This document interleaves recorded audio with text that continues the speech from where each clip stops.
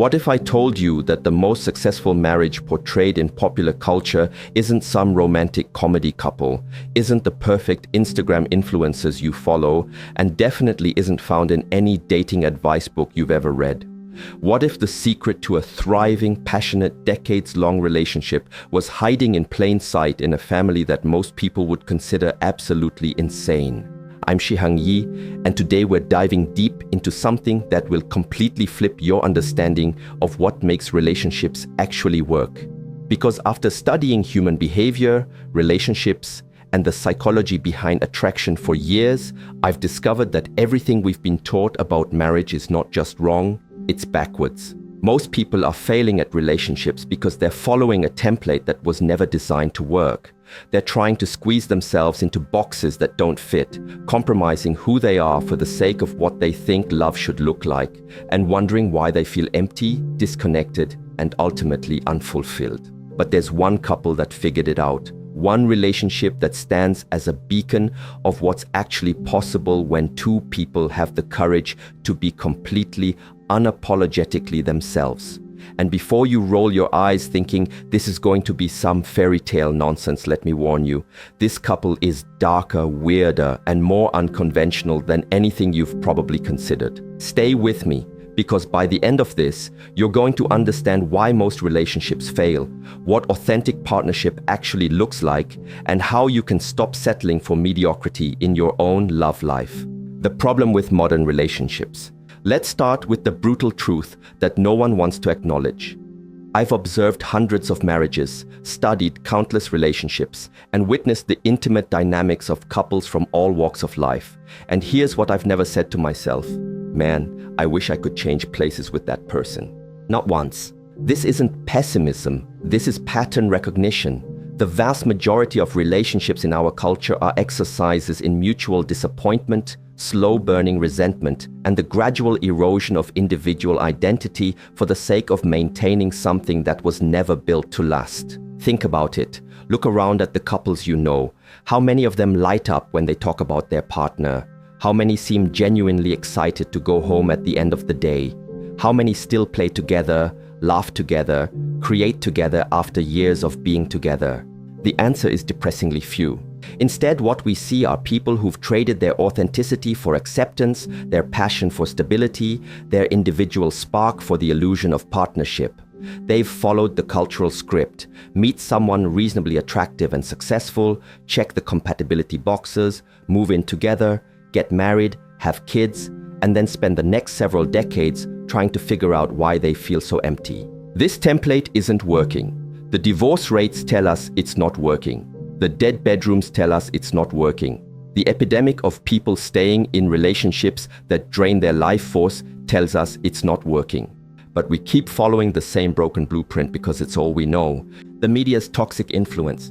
Our popular culture has made the problem worse by feeding us completely unrealistic models of what relationships should look like. In most movies, TV shows, and books, you'll notice a pattern. The guy is usually portrayed as hopeless, bumbling, and lucky to have landed his competent, attractive partner. The relationship works despite his shortcomings and because of her endless patience and effort. This isn't just bad storytelling, it's dangerous programming. It teaches men that they don't need to bring value to relationships, that being mediocre is acceptable as long as they find someone willing to mother them. And it teaches women that their role is to fix, manage, and carry the emotional weight of the relationship. In reality, this dynamic creates resentment on both sides. The woman eventually gets tired of being the only adult in the relationship, and the man feels emasculated by constant criticism and management. We know from research that women who significantly out-earn their partners are more likely to file for divorce, and it's not primarily due to male ego. It's because functional relationships require both people to contribute value. The media has sold us a lie about what partnership looks like, and we've internalized it so deeply that we don't even question whether it's serving us. The unconventional solution. After years of searching for a positive example of marriage in popular culture, I found one that surprised me. It's probably not what you're expecting, and it definitely challenges conventional wisdom about relationships. The most successful marriage I've ever seen portrayed is Gomez and Morticia Adams. Before you laugh or dismiss this, hear me out. I'm not suggesting you should live in a mansion filled with torture devices or develop a fascination with the macabre.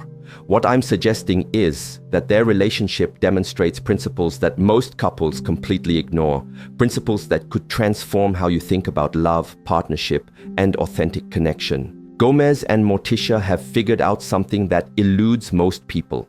They've built a relationship that's exquisitely and enthusiastically attuned to who they are as individuals. Their marriage works because it's custom-tailored to their specific personalities, desires, and quirks, rather than forced into a generic template. Let me break down why their relationship is actually genius and what we can learn from it. The adorer and adored dynamic. The first thing that's fascinating about the Addams marriage is the clear dynamic between adorer and adored. Gomez absolutely worships Morticia, and she graciously receives that adoration. This might seem to contradict advice I've given before about it being better for the woman to be the adorer and the man to be the adored, but here's the crucial point. Relationships aren't formed between generalities. General principles are useful as starting points, but they must be adapted to the specific individuals involved. Gomez and Morticia demonstrate that unconventional arrangements can flourish when they are authentic to the people involved. The key insight here is that relationships should be custom-tailored to the individuals within them, even if this means the actual structure conflicts with general guidance or societal expectations. Being dogmatic about relationship models is counterproductive. What matters is finding a dynamic that works for the two people involved, not conforming to external expectations. This is revolutionary thinking in a culture that tries to force everyone into the same mold. Instead of asking, what should a relationship look like, we should be asking, what kind of relationship would bring out the best in these two specific people? Embracing weirdness. The second principle that makes the Addams marriage work is their complete embrace of each other's peculiarities. Gomez and Morticia are undeniably weird, and not only do they tolerate each other's strangeness, they love it, support it, and go all in on it. Can you imagine Gomez married to some conventional suburban housewife? Can you picture Morticia dating a corporate middle manager?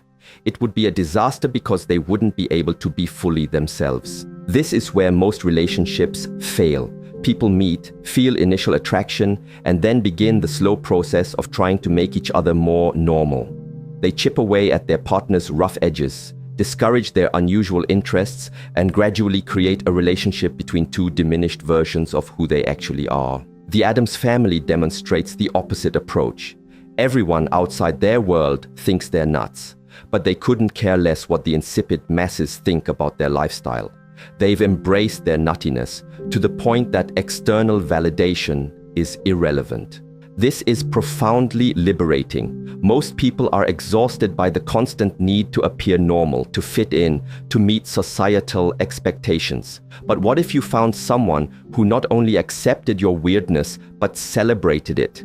What if you could build a relationship around strengthening and preserving your authentic self rather than hiding it? The Addams family shows us what's possible when two people decide to abandon social programming and create something that actually fits who they are. The power of individuality. Here's something most people don't understand. Strong relationships aren't built on compromise. They're built on complementary strengths. When two people try to merge into one averaged out personality, they lose what made them attractive to each other in the first place.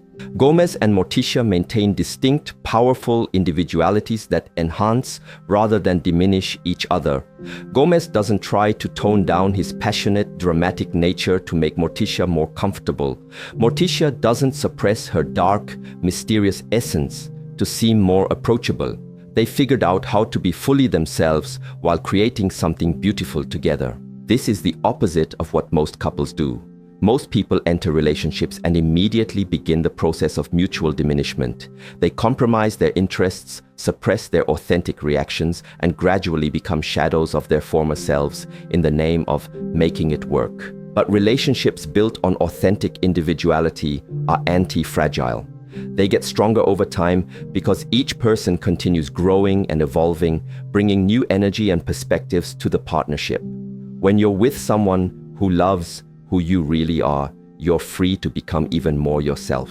The programming problem. The reason most people struggle with this concept is that their heads are full of programming about how relationships should look. When 2 billion people are dreaming the same dream, that's not their dream. That's mass programming. We've been conditioned to believe that successful relationships follow a specific template. Meet in college or through friends, date for an appropriate amount of time, move in together, get engaged, have a traditional wedding, buy a house, have kids, and then maintain this structure for decades. But this template was designed for a different era, different economic conditions, and different social structures. It doesn't account for individual differences, personal growth, or the reality that people change over time. Gomez and Morticia represent what happens when you abandon the programming and start from scratch. They figured out who they really are, not who they think they should be, not who others want them to be, but who they authentically are. And they've built their relationship around that foundation. The game-playing principle. One of the most overlooked aspects of the Addams marriage is how they play with each other constantly. They're always engaged in some form of playful interaction, whether it's romantic games, intellectual sparring, or elaborate scenarios that end up in the bedroom. Most relationship advice tells people to stop playing games, to be serious and mature about love. This is terrible advice that sucks the life out of partnerships. Think about what people do the moment they get off work. They play games, video games, sports, puzzles, social games, gambling, flirting. A huge portion of human satisfaction comes from play. But somehow we've decided that relationships should be work instead of play. The moment we stop playing with our partners, the relationship becomes a job. And most people hate their jobs. Gomez and Morticia play games where they both win. Their interactions are fun, silly, sexy, and creative. They use play to maintain interest, create excitement, and deepen their connection. They're role flexible, meaning they can switch between different dynamics depending on what serves the moment. This keeps their relationship alive and engaging. They genuinely can't get enough of each other because they're constantly discovering new facets of their partnership through play. The sexuality factor. Let's address something that's obvious but rarely discussed. Gomez and Morticia have an incredible sex life. Their attraction to each other is palpable, their physical chemistry is undeniable, and their sexual energy infuses everything they do together. This isn't accidental. When you're with someone who loves your authentic self, when you can be completely uninhibited and weird, when you're constantly playing and flirting, of course the bedroom stays alive. Most couples experience declining sexual attraction because they've gradually become domesticated versions of who they used to be. The wild, mysterious, slightly dangerous person their partner fell in love with has been replaced by a predictable, safe, neutered version focused on responsibilities and obligations. The Addams couple maintains their sexual polarity by maintaining their individual intensity and mystery. They never become too familiar, too comfortable, or too predictable. They keep surprising each other, challenging each other, and creating new experiences together. The children factor. One thing that's remarkable about the Addams family is how they raise their children within this unconventional framework. Wednesday and Pugsley aren't damaged by their parents' weirdness. They're empowered by it. They're confident, self-assured, and completely comfortable with who they are. This is what happens when children are raised by parents who model authentic self-expression and genuine partnership. Instead of learning to hide parts of themselves to be acceptable, they learn to embrace their full humanity. Most children learn from watching their parents' relationship that love means compromise, sacrifice, and gradual erosion of individual identity. They see parents who've given up their dreams, suppressed their personalities, and settled for mediocrity in the name of family stability. The Addams children see something completely different. They see parents who are madly in love, completely themselves, and building something extraordinary together. This gives them a completely different template for what's possible in relationships. The community response. Another fascinating aspect of the Addams family dynamic is how they handle social disapproval. Everyone around them thinks they're crazy, but they've developed complete immunity to external judgment. They've created their own culture, their own values, and their own definition of success. This is crucial because authentic relationships will always face criticism from people who've settled for less. When you're living fully, loving freely, and being completely yourself, it makes other people uncomfortable. It forces them to confront their own compromises and limitations. Most people cave under this pressure. They tone down their happiness, minimize their success, and make their relationships more palatable to others. But this is exactly backwards. Your relationship isn't for other people. It's for you and your partner. The Addams family shows us what's possible when you stop caring about external validation and focus entirely on creating something that works for the people actually in the relationship. The longevity secret. Here's something that most people miss. The Addams marriage works over time because it's built on principles that strengthen rather than erode with age. Most relationships start strong and gradually weaken as the initial excitement fades, responsibilities increase, and people settle into routines. But when your relationship is built on authentic self-expression, playful interaction, and continuous growth, time becomes your ally rather than your enemy. You don't run out of things to discover about each other because you're both continuing to evolve and develop as individuals. Gomez and Morticia aren't trying to recapture some honeymoon phase. They're creating new phases all the time. Their relationship stays fresh because they stay fresh, and they stay fresh because they're not suppressing who they are to maintain peace. The practical application. So how do you actually apply these principles to your own life? How do you break free from cultural programming and build something authentic? First, you have to figure out who you really are, not who you think you should be, not who others want you to be, but who you authentically are when you're completely honest with yourself. What are your real desires? What are your genuine interests? What aspects of yourself have you been hiding or suppressing? This is harder than it sounds because most people have been performing for so long that they've lost touch with their authentic self. You might need to experiment, try new things, and pay attention to what actually energizes you versus what you think should energize you. Second, you have to be willing to embrace your weirdness. Everyone is strange in some way, but most people spend enormous energy trying to appear normal. What if you leaned into your strangeness instead? What if you amplified the things that make you unique rather than minimizing them? Third, you have to start looking for someone who doesn't just tolerate your authentic self, but celebrates it. This means being willing to walk away from relationships that require you to be less than who you are, even if those relationships are otherwise comfortable or convenient. Fourth, you have to be willing to play. Stop taking relationships so seriously. Stop treating love like work. Find ways to make your interactions fun, surprising, and engaging. Create inside jokes, develop rituals, and maintain an element of mystery and unpredictability. The selection process. Here's something crucial that most people get wrong. You cannot do this with just anyone. Gomez needs a Morticia. Morticia needs a Gomez.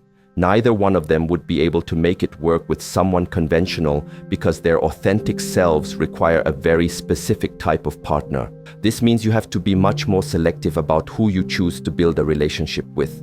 Most people lower their standards to avoid being alone, but this is exactly backwards.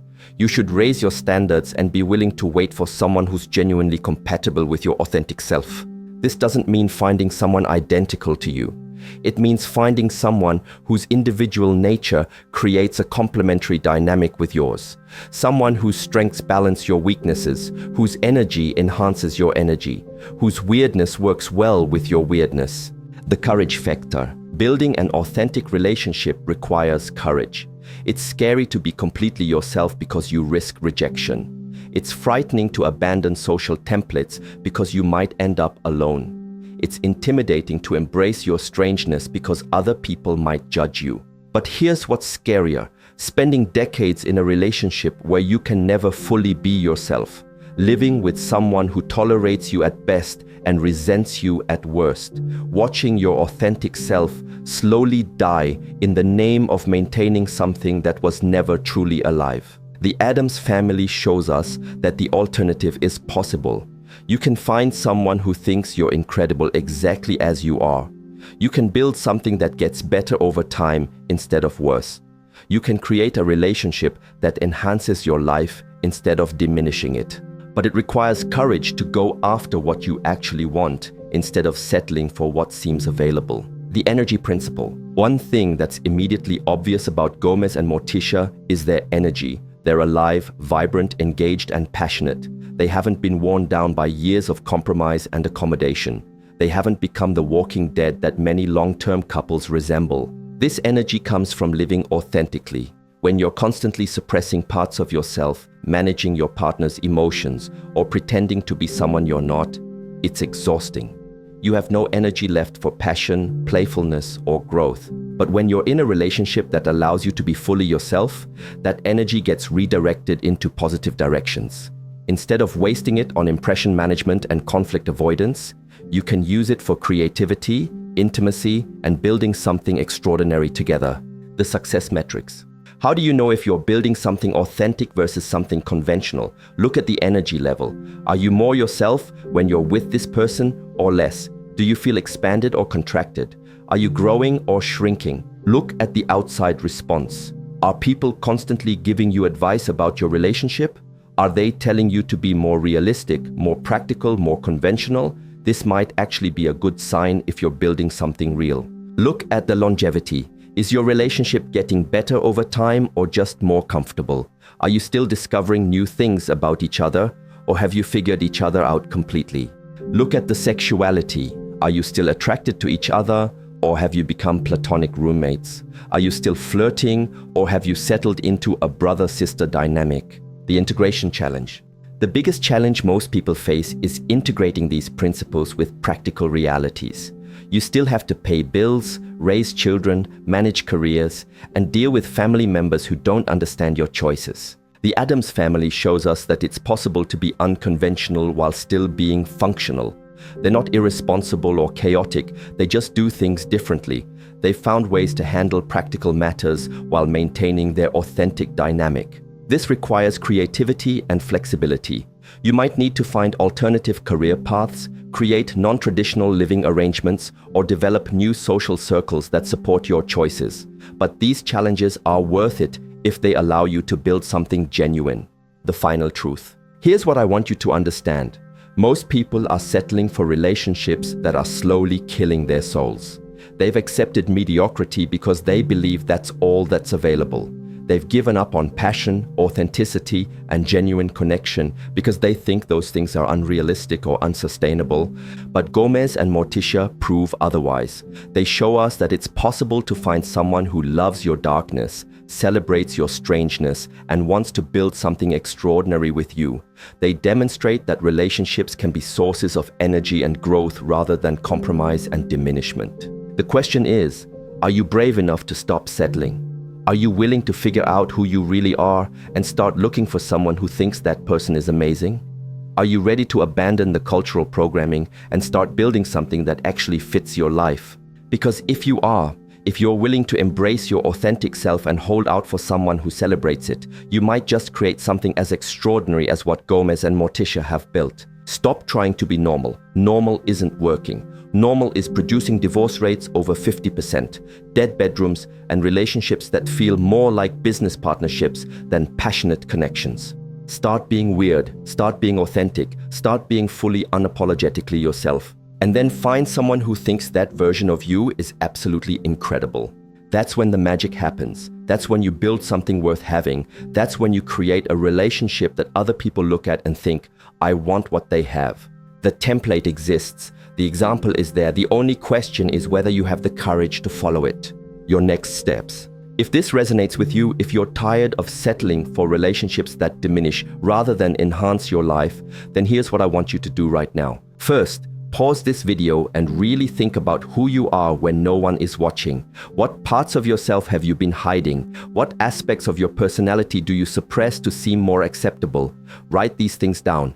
Get honest about what makes you unique, strange, and authentic. Second, look at your current relationship, if you have one, and ask yourself honestly, does this person love who you really are, or do they love the version of yourself you perform for them? Are you growing together or shrinking together?